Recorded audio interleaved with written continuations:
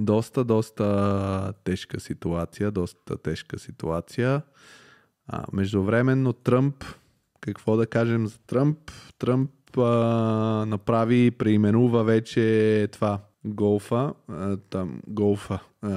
залива, вече се казва Gulf of America. Ако отидете в Maps, дайте ще ви покажа. Това също ще ви го покажа, това е смешно. Такива неща са ми симпатични на Тръмп. Тръмп ми е симпатичен като преименува неща. Затова съм съгласен с Тръмп, нека си преименува нещата. Не съм съгласен като каже за газа, защото това няма как да стане. Направихме реакция на професора. Само забравям името. Янакиев. Gulf of... Тук в Европа ни показва веднага Мексико. Обаче ако отида на Gulf of Mexico в Google Maps, в скоби тук ми пише Gulf of America. Обаче ако отида на Google. Дайте да опитаме US, ми го показва така.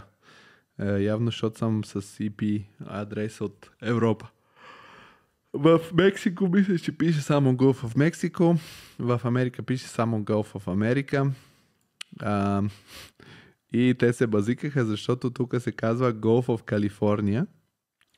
Обаче се намира изцяло на територията на Мексико и казаха Mexico you have a chance, т.е. да го прекръстат Gulf of Mexico. Да, смешна история. Това са такива лесни пропагандьорски трикове. Gulf of America Trump picture. Сега ще видите тук в самолета, в Air Force One. Ето тук, това е как той подписа тази proclamation. Proclamation е нещо като декларация или прокламация, аз знам как се казва на български. И написано с големи букви Gulf of America. И това е безплатно. Даже не е безплатно, защото сега всички карти, всички документи ще трябва да се преписва сигурно. Но е такова популистко да си мислят Америка, че е great again.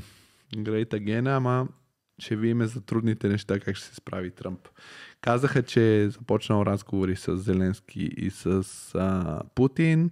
Сега има тук в Мюнхен такава конференция за сигурност, която е една от най-важните в света, която се провежда в момента. Ще започне, днеска са били на там върха за такова съмит, международна среща за изкуствения интелект. Там на крайната декларация е била подписана от всички участващи, но не и от хора като J.D. Vance.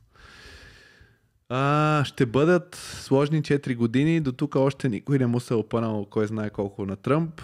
Ще видиме. По принцип, от една страна е прав, трябва да има реформи. Надявам се да ги правят по правилния начин, защото държавните администрации и регулации по целия свят са достигнали нива, които вече не може да се живее. Днеска трябваше да препроектирам разни глупости за някакви абсолютни амаумни нормативи, които никой не знае кой си ги е измислил. Това струва време, струва и пари, струва и нерви и трябва да се промени, за да се въздигне икономиката на Европа и на света.